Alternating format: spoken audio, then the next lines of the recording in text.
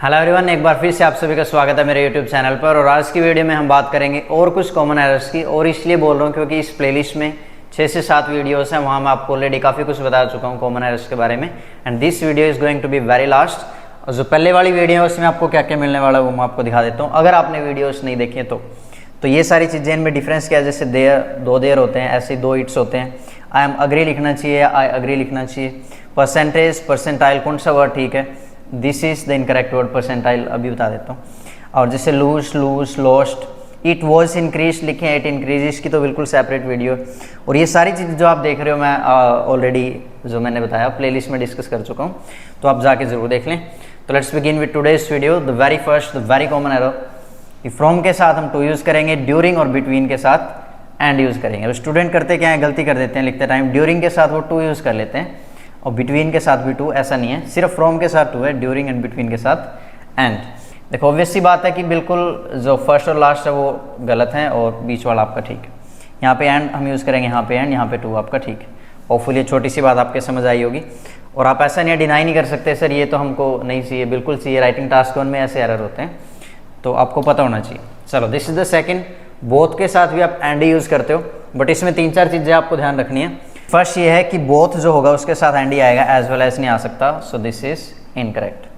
ऐसे यहाँ both India and Australia will not play, ये भी गलत है। इसमें क्या खराबी होगी बताता हूँ कि बोथ जो है लास्ट में भी नहीं आ सकता। 2 चीज़ें बता रहे हो, जैसे इंडिया एंड ऑस्ट्रेलिया बोथ नहीं, शुरुआत में ही आएगा, जैसे कि मैंने 4th सेंटेंस में लिखा है यस।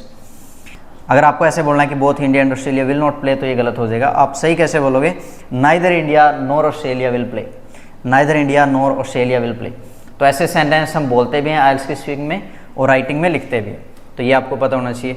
चलिए let's come to our next and the very important कि आप जो है इंपेरेटिव सेंटेंसेस आइल्स की राइटिंग टास्क 1 या टास्क 2 में नहीं लिख सकते। तो होता क्या इंपेरेटिव सेंटेंस, वो जान लेते हैं। तो इनको हिंदी में आज्ञासूचक वाक्य शायद बोलते हैं, जिसमें सम सॉर्ट ऑफ कमांड होती है, रिक्वेस्ट होती है, परमिशन होती है। जैसे कि गो देयर, वहाँ जाओ, कमांड है, sit here, help the needy, इस प्रकार के सेंटेंस। अब ये कहाँ लिखते हैं स्टूडेंट? मान लेते हैं टास्क 2 की कुछ लाइनें हैं कि कुछ सोल्यूशन की बात हो रही है, फर्स्टली बच्चे ने लिख दिया फर्स्टली प्लांट द ट्रीज, तो बिल्कुल गलत है। इससे ऐसा शो हो रहा है कि आप किसी को कमांड दे रहे हो। अब किसको दे रहे हो? एग्जामिनर ही पढ़ रहा है, ऐसा लगेगा एग्जामिनर को कि मेरे को ही बोला जा रहा है, तो ऐसा नहीं होना चाहिए। तो आप ऐसे नहीं लिख सकते। इसी सेंटेंस को कैसे लिखोगे? Either you would say firstly trees should be planted, ये फॉर्मल तरीका है, या आप लिखोगे first solution is to plant trees. ये दोनों आपके सेंटेंस ठीक। ये कहाँ होता है? आपके टास्क 1 के प्रोसेस में होता है ऐसा। जैसे काफ़ी कुछ स्टेप्स हैं, पहले ये होता है फिर ये। और जैसे मान लेते हैं एक स्टेप है कि गुड्स को डिलीवर किया जाता है और बच्चे ने लिख दिया then deliver the goods. Again command देने वाली बात है, एग्जामिनर को ऐसा लगेगा मेरे को बोला जा रहा है, बट ऐसा नहीं होना चाहिए। This is incorrect. इसको सही कैसे लिखेंगे? First you could say then goods are delivered, passive voice में गुड्स आर डिलीवर्ड, या आप ऐसे बोल सकते हो next step is to deliver the goods. Yes, next step is to deliver the goods. ये 2 तरीके फॉर्मल हैं, ठीक है। This is incorrect. तो आइल्स की राइटिंग टास्क 1 और टास्क 2 में या किसी भी फॉर्मल राइटिंग में इंपेरेटिव सेंटेंस आप नहीं लिख सकते, तो ये आप जरूर ध्यान रखें। चलिए let's come to the next, 4th, again very important कि बिकॉज से आप सेंटेंस की शुरुआत नहीं कर सकते कुछ कंडीशंस में। अगर बिकॉज से सेंटेंस की शुरुआत कर रहे हो तो वो जो एक कंडीशनल एक सेंटेंस होगा, तो वो कैसे, चलो एग्जाम्पल से ही समझते हैं डायरेक्ट। दिस वन, तो फर्स्ट सेंटेंस आपका गलत है। गलत क्यों है? क्योंकि ये इनकम्प्लीट सेंटेंस है, बिकॉज पोल्यूशन इज इंक्रीजिंग। अब इससे कंप्लीट सेंस नहीं आ रही, तो ये गलत है। अगर बिकॉज हम शुरुआत में डाल देते हैं, उसके बाद कोई दूसरा क्लोज है, जैसे इसके बाद अगर दूसरा होता तब वो कंप्लीट होता, जैसे कि 3rd में है, यहाँ पढ़ो, because pollution is increasing we should plant trees. तो ये सेंटेंस ठीक है, मीनिंगफुल है पूरा। और अगर इसको बीच में डाले तो भी ठीक है, बीच में आ सकता है। कुल मिला के बिकॉज से ही सेंटेंस शुरू होके बिकॉज भी खत्म नहीं हो सकता, ये बात आपको ध्यान रखनी है छोटी सी। चलिए कि ये सेंटेंस है we should plant trees because pollution is increasing, तो ये भी गलत है क्योंकि ये एक सेंटेंस हुआ फुल स्टॉप तक और एक ये हुआ, तो बिकॉज से शुरुआत हो रही है, तो ये सेंटेंस गलत होगा आपका। तो करेक्ट कैसे करेंगे? ये जो फुल स्टॉप है इसको काट देंगे, वो भी छोटा करेंगे। इससे पहले कोमा भी नहीं आएगा, जो मैं पीछे की वीडियो में आपको बता चुका हूँ, पंक्चुएशन वाली वीडियो में। तो उससे मैंने आपको बताया था कि बिकॉज से पहले कोमा नहीं आता है। चलिए let's come to this, the next, percentage versus percentile. वैसे तो मैं अलग से इस वीडियो में इन सारे वर्ड्स का जिक्र कर चुका हूँ अच्छे से। अगर आप डिटेल्ड वीडियो देखना चाहते हैं तो उस वीडियो का आप जाके देख सकते हैं। अभी के लिए मोटा मोटा आपको बता देता हूँ कि ये 4 वर्ड आपके सेम हैं, सिमिलर मीनिंग है। ये 2 वर्ड नहीं आ सकते। रेशियो का मतलब अनुपात होता है, परसेंटाइल जैसे रैंकिंग वगैरह देते हैं, इस वीडियो में आप जाके देख सकते हो। बिल्कुल अच्छे से मैंने समझा रखा है, वहाँ आप देख सकते हो। अभी के लिए बस इतना समझ लो कि ये 4 वर्ड्स आ सकते हैं, वो नहीं लिख सकते। और स्टूडेंट्स करते हैं परसेंटेज या परसेंटाइल कर दिया, रेशियो कर दिया, बिल्कुल गलत वर्ड्स हैं, बिल्कुल नहीं लिखना चाहिए। चलिए, this is our 6th। In this we need to know कि कुछ अननेसेसरी इन्फॉर्मेशन, कुछ अननेसेसरी वर्ड्स स्टूडेंट्स डाल देते हैं लिखते टाइम, जो कि बिल्कुल भी लिखने नहीं चाहिए मेरे अकॉर्डिंग, बिल्कुल उनको अवॉइड किया जाना चाहिए। ये कहाँ लिखते हैं? कंक्लूजन के लिए इन अ नटसेल लिख देंगे, टू रिकैपिचुलेट लिख देंगे, ये पता नहीं हाल ही में मिल गया वर्ड्स बच्चों को, नहीं लिखना चाहिए। टू सम अप लिख देंगे, एवरी लोग हैज़ अ की, ये सब लिख देते हैं। सभी को पता है कि हर लोग की एक की होती है, ये सब बताने की जरूरत नहीं है, बिल्कुल इनफॉर्मल है। इनकी जगह बिल्कुल सिंपल और बिल्कुल इफेक्टिव एक ही चीज़ है, टू कंक्लूड। अब स्टूडेंट्स को ये लगता है कि कुछ ना कुछ बेटर लिखें। बेटर क्यों लिखना जब this is one of the best, इससे अच्छा कुछ है ही नहीं है।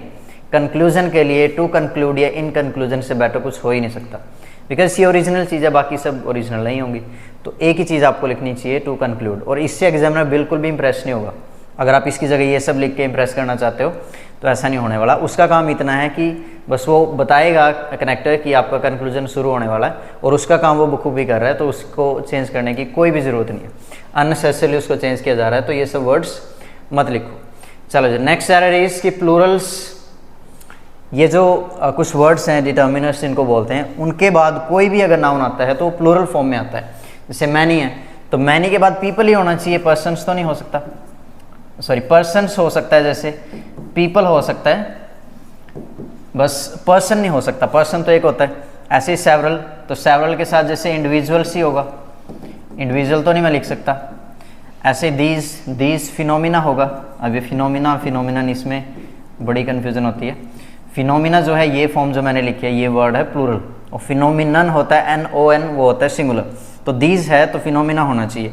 अफ्यू है, ये भी प्लूरल के लिए आता है। अफ्यू जैसे कि कुछ भी मान लो, अफ्यू प्रॉब्लम्स, इस प्रकार से। लास्ट है जैसे सम सॉल्यूशंस। स्टूडेंट क्या करेंगे, देयर आर सम सॉल्यूशन लिख देंगे, जो कि गलत है। इन सभी के बाद आपकी जो है नाउन आएगी वो प्लूरल फॉर्म में ही होगी। ठीक है जी, चलो अब इसकी प्रैक्टिस करते हैं। मैंने आपको 7 एरर बताए हैं और ये 4 से 5 सेंटेंस है, वो आपने देखना कि इसमें क्या समस्या है। चलो एक बार वीडियो को पॉज करो और देखो वन बाय वन। चलो, hopefully you have tried. First sentence में गड़बड़ है, they are not coming today because, yes because आ गया है शुरुआत में सेंटेंस के, यहाँ से शुरुआत में इसलिए बोल रहा हूँ क्योंकि फुल स्टॉप के बाद है, बी बड़ा है तो इसको शुरुआत में ही मानेंगे। शुरुआत में तो नहीं आ सकता, तो हम क्या करेंगे, इसको हटाएंगे और बी करेंगे छोटा, कोमा भी नहीं आएगा। ठीक है जी। सेकंड देखो, both employees as well as employers, नहीं ये भी गलत है, बोथ के साथ एंड ही आता है, ये नहीं आ सकता। थर्ड सम, देखो सम के बाद मैंने क्या बताया, प्लूरल ही होना चाहिए, प्लूरल है भी है तो भी क्या गड़बड़ है, गड़बड़ है क्योंकि प्लूरल ये थोड़ी ना होता है। एक बच्चे को बोलते हैं चाइल्ड और बहुत सारों को बोलते हैं चिल्ड्रन, चिल्ड्रंस जैसा कोई वर्ड ही नहीं है। फोर देखो, ग्राफ शो डेटा, मान लेते हैं कुछ भी है बिटवीन दिस एंड दैट, ये सेगमेंट देखना है, इसमें ही समस्या है। जो अभी आपको बताया बिल्कुल फर्स्ट एरर में, बिटवीन के साथ आएगा आपका एंड। ये देखो, many individual opine that, know many individuals, अगर मैनी है तो आगे नाउन प्लूरल। ठीक है जी, तो होपफुली आपको पता चली होंगी ये चीज़ें, बहुत सी कॉमन है, बहुत ही ज़्यादा बेसिक है। आप डिनाई तो कर ही नहीं सकते कि सर हमें तो इन सब से कुछ लेना देना नहीं है, बहुत बेसिक चीज़ें हैं। अगर ये नहीं आपको पता तो फिर प्रॉब्लम्स ही प्रॉब्लम्स है। ठीक है जी, चलो होपफुली आपके समझ आई होगी बात, और मिलेंगे किसी नेक्स्ट वीडियो में। तब तक के लिए सभी खुश रहें, अपना ख्याल रखें, दोस्तों के साथ ज़रूर शेयर कर दें video. Thank you very much.